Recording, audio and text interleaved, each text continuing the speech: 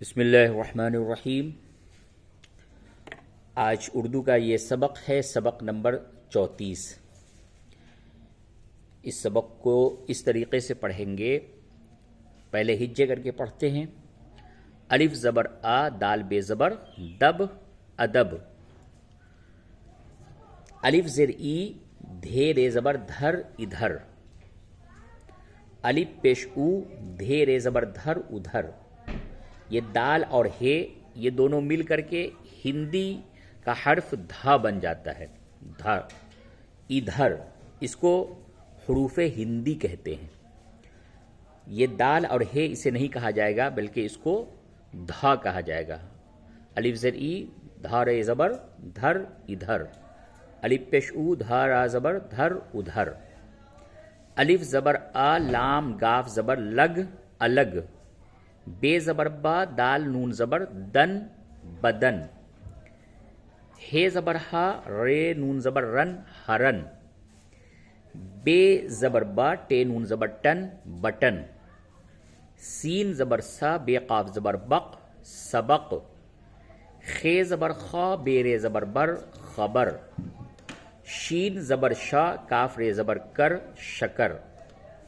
قاف زبر قا، لام میم زبر لم، قلم۔ پے زبر پا، کاف رے زبر کڑ، پکڑ۔ جیم زیر جی، گاف رے زبر گر، جگر۔ یہ تو ہجے ہو گیا۔ اب اس کو بغیر ہجے کے یعنی روانگی اس طریقے سے پڑھیں گے۔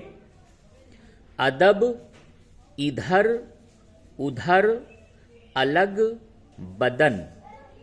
ہرن، بٹن، سبق، خبر، شکر، قلم، پکڑ، جگر۔ اب اس کا آگے مشق کرتے ہیں۔ ہرن کو نہ پکڑ، اس سے الگ رہو۔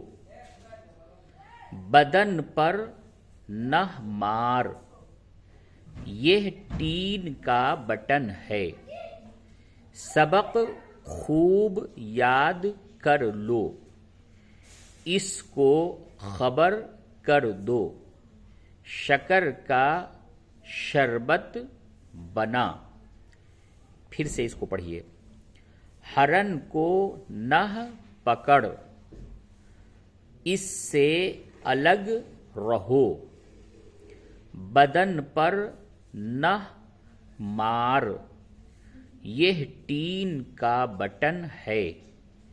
سبق خوب یاد کر لو، اس کو خبر کر دو۔ شکر کا شربت بنا۔ اب یہ جو کچھ پڑھایا گیا ہے اس کو لکھنا بھی بہت ہی ضروری ہوتا ہے، کیونکہ اردو پڑھنا اور لکھنا دونوں ایک ساتھ ضروری ہوتا ہے۔